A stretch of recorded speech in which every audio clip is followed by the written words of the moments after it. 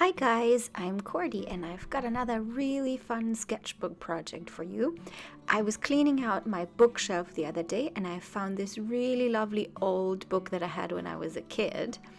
And it's all full of these amazing illustrations, all hand-drawn stuff, and had this one page that I really loved, and it was not this one, but this one.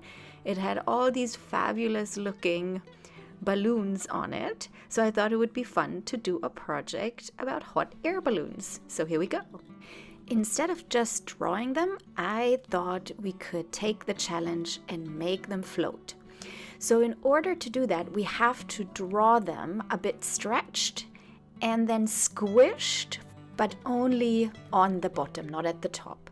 So let's draw some guidelines from the top down in a diagonal, and then one in the center, and then a couple of more in between. We're gonna have one balloon for each line, and I'll show you how to use that template that I'm working with. That is a really nifty helper, because you can just line up the center of the arch to your line and then just draw the arch for each balloon, and then you can go in and finish the balloon. Don't forget, it needs to be stretched downward, so really make it long on the other end there.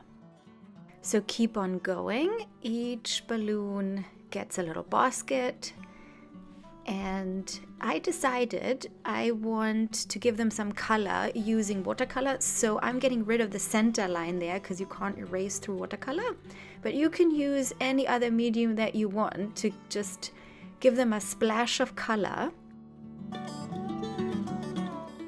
Later on, we're going to use fine liners to add some more detail to the balloons. And I find with watercolor, you can use the fine liner really easily. It gives a really nice surface, and it's a very quick way to lay down some color.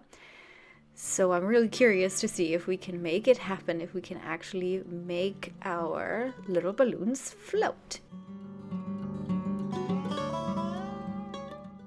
Alright, so the last one of the big ones, getting a little blue, and the medium-sized ones, as they go towards the back, I made the balloons smaller, but you can keep them the same size if you want to. It's really up to you.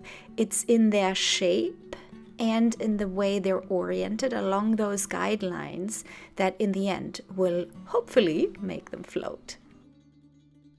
Now I switched to a bit of a smaller brush here. As they get smaller, it's a bit more helpful to use a smaller brush for the detail. The small ones, the small balloons in the very back, I'll just keep quite simple, just giving them some color, because they're in the distance, things are usually a bit more blurry.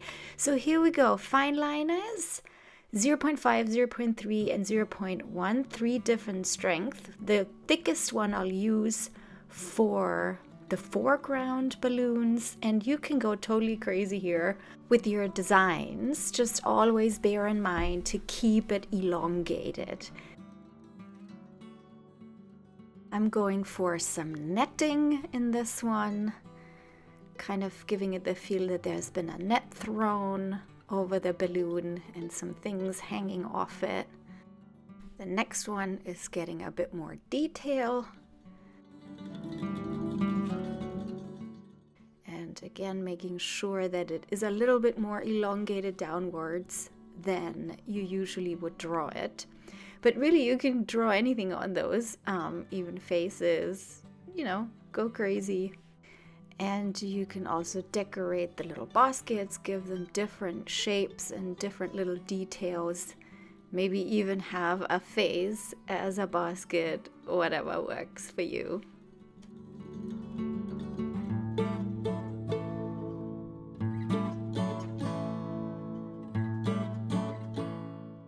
Now switching over to the midground, I'm using 0.5. For this one, I thought, let's make it look like a rocket ship. Again, it's up to you. I'm just being silly. I'm curious. I want to see if we can actually make them float.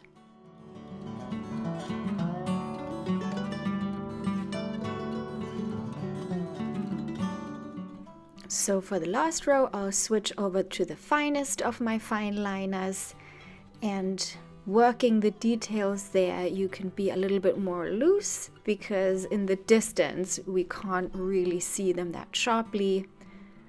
So I come up with some details, but I'm not gonna go and make them super sharp.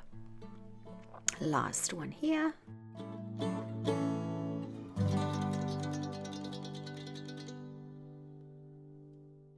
Now to give the basket some color, I'm just going to use a marker.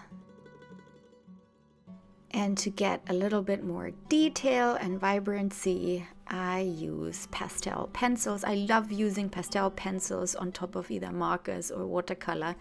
It's super easy to add some highlights and shadows to create some more depth. Now I'm grabbing my black charcoal pencil to add some shadows underneath the balloons. I keep the shadows close to the big ones and a little further away from the little ones, giving them a little smudge with my finger to blend them into the page. A little bit of cleaning up here. Okay, let's see. Let's move the camera and see if they float. So they get squished, looking a bit rounder now. Yep, I think they're floating. What do you think? Let me know in the comments if you can see it or not. If you enjoyed this video, then please like and subscribe. I always share my sketchbook adventures on YouTube and hope to inspire some more of you to join and start your own sketchbook adventures. I hope you have a super lovely day. See you soon. Bye-bye.